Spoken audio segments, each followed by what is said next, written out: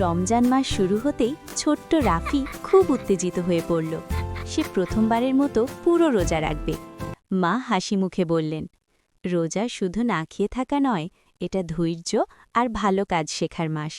সেহরির সময় বাবা সবাইকে ডাকলেন। টেবিলে গরম ভাত, ডিম, খেজুর আর দুধ সাজানো। রাফি, তার বোন রিমি, মা আর বাবা একসাথে বসে সেহরি খেল। বাইরে তখন আকাশে চাঁদের মৃদু আলো, চারপাশে শান্ত পরিবেশ, একদম 3D কার্টুনের মতো সুন্দর দৃশ্য।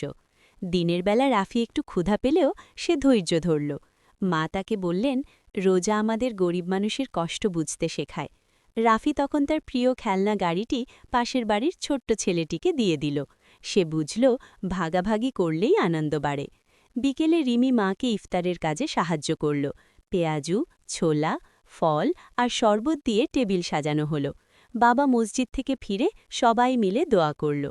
আজান শোনার সঙ্গে সঙ্গে সবাই খেজুর দিয়ে ইফতার শুরু করল।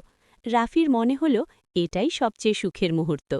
রাতের তারাবির নামাজ শেষে বাবা বললেন, রমজান আমাদের ভালো মানুষ হতে শেখায়, সৎ হতে, ধৈর্য ধরতে আর অন্যকে সাহায্য করতে।